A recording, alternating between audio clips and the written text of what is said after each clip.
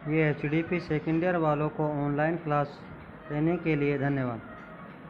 आज हम पढ़ेंगे अधात्विक जो तत्व पाए जाते हैं उन तत्वों के बारे में अध्ययन करेंगे, जैसे क्लोरीन जिसका रासायनिक सूत्र है Cl2। तो क्लोरीन के बारे में हम अध्ययन करेंगे। तो क्लोरीन जीवाणुओं में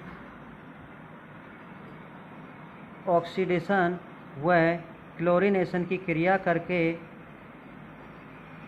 कार्य करती है, जो निम्न प्रकार के रूप में तैयार किया जाता है, जिसके अंतर्गत ब्लीचिंग पाउडर, इप्सोल व क्लोरीमाइन व डॉकिन विलियन का सॉल्यूशन तैयार करके क्लोरीन तैयार किया जाता है, जिसका पशु चिकित्सा क्षेत्र में उपयोग डिसइंफेक्टेड यानी जीवाणुओं की वृद्धि को रोकने के लिए किया जाता है, और इसका उपयोग शल्य चिकित्सा में हाथों को साफ करने के लिए सोडियम बाइकार्बोनेट के साथ उपयोग करते हैं, और इसका उपयोग डेसिकेंट के रूप में करते हैं, और पैरासाइडल के रूप में भी इसका उपयोग किया जाता है।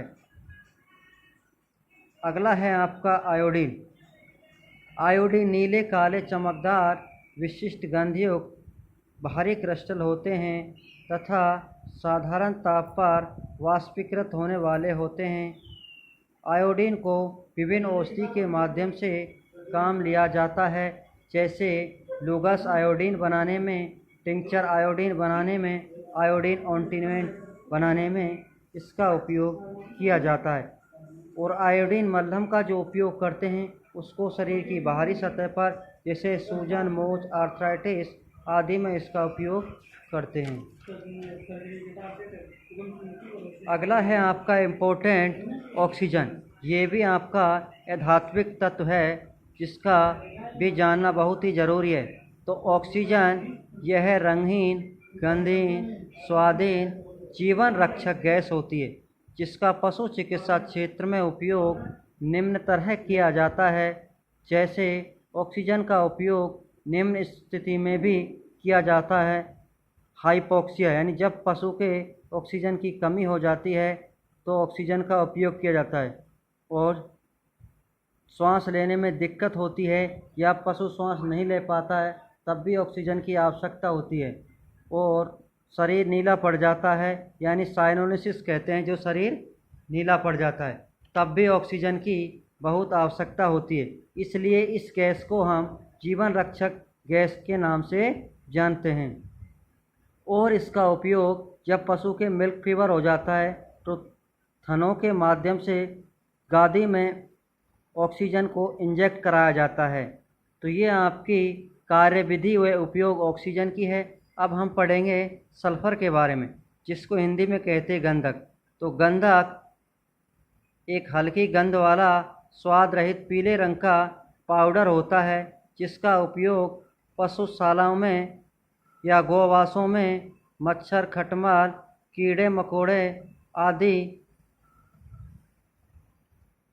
को मारने के लिए चारकोल के साथ जलाकर उपयोग करते हैं। और पशु अस्पतालों में भी डिसइंफेक्टेड यानी निर्जलीकरण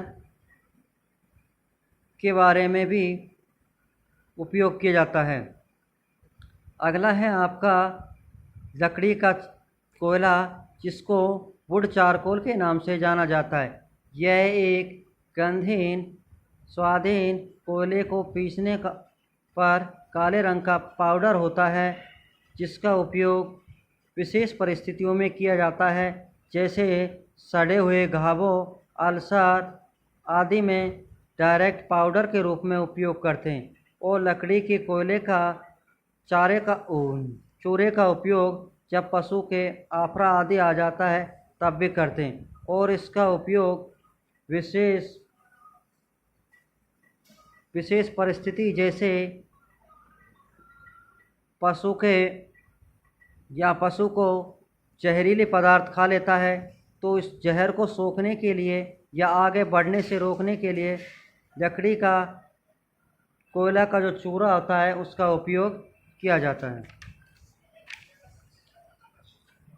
अब अगली औषधि है या अगली टॉपिक है हमारा तंत्रिका तंत्र पर कार्य करने वाली औषधियाँ, यानी नर्वस सिस्टम पर कौन कौन सी औषधि कार्य करती हैं। जैसे क्लोरोफॉर्म, तो क्लोरोफॉर्म एक ऐसी औषधि है या ऐसी तंत्रिका तंत्र पर कार्य करने वाली औषधि है जो विशेष रूप से काम लेते हैं।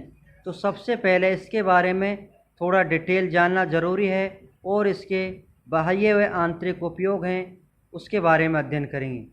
तो यह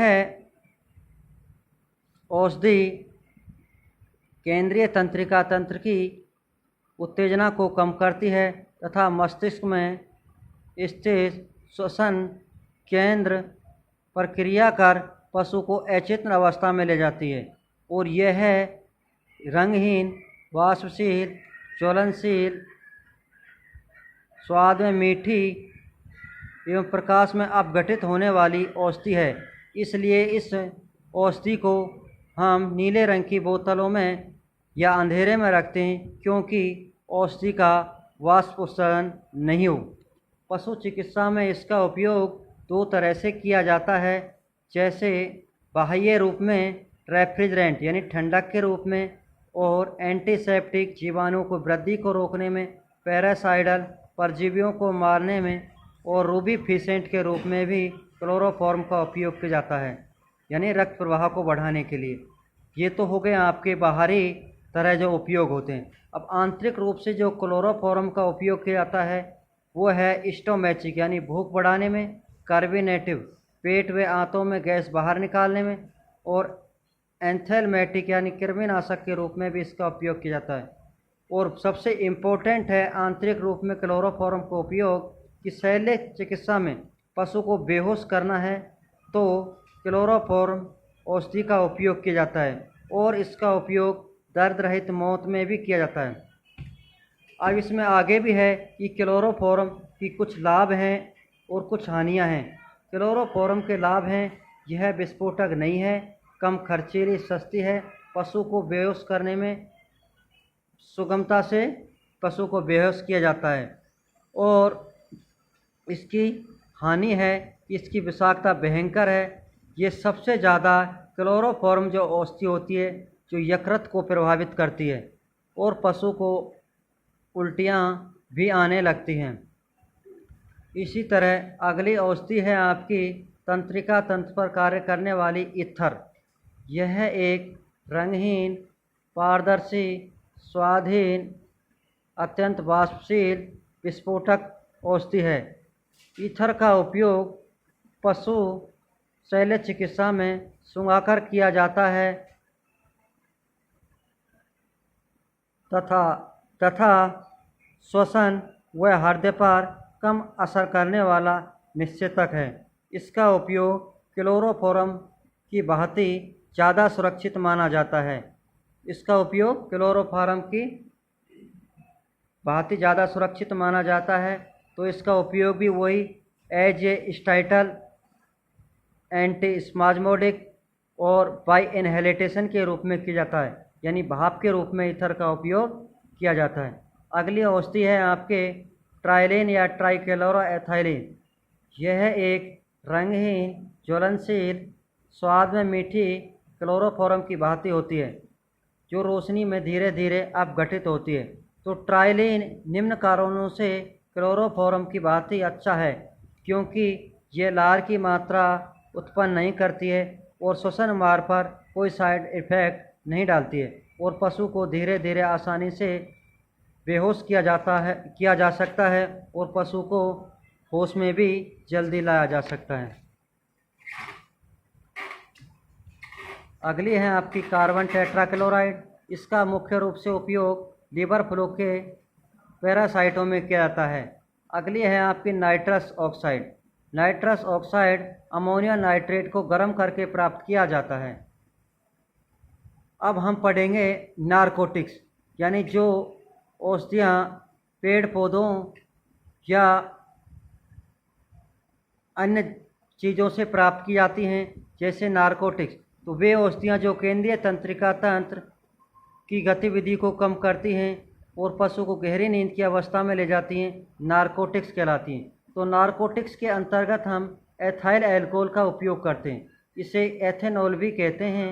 एथाइल अल्कोहल एक साफ पानी जैसा रंगहीन पारदर्शी विशेष गंध लिए हुआ होता है, जिसका उपयोग रेफ्रिजरेंट के रूप में, रूबीफेसेंट के रूप में, एंटीसेप्टिक के रूप में और डिसइंफेक्टेंट के रूप में किया जाता है। इसके अंतर्गत एक नोट के माध्यम से समझाया गया कि एथाइल अल्कोहल का उपयोग शल्य चिकित्सा में ऑपरेशन के स्थान को निसंक्रमण करने में व चिकित्सक हाथ व औजारों को निसंक्रमण करने के लिए काम लेते हैं।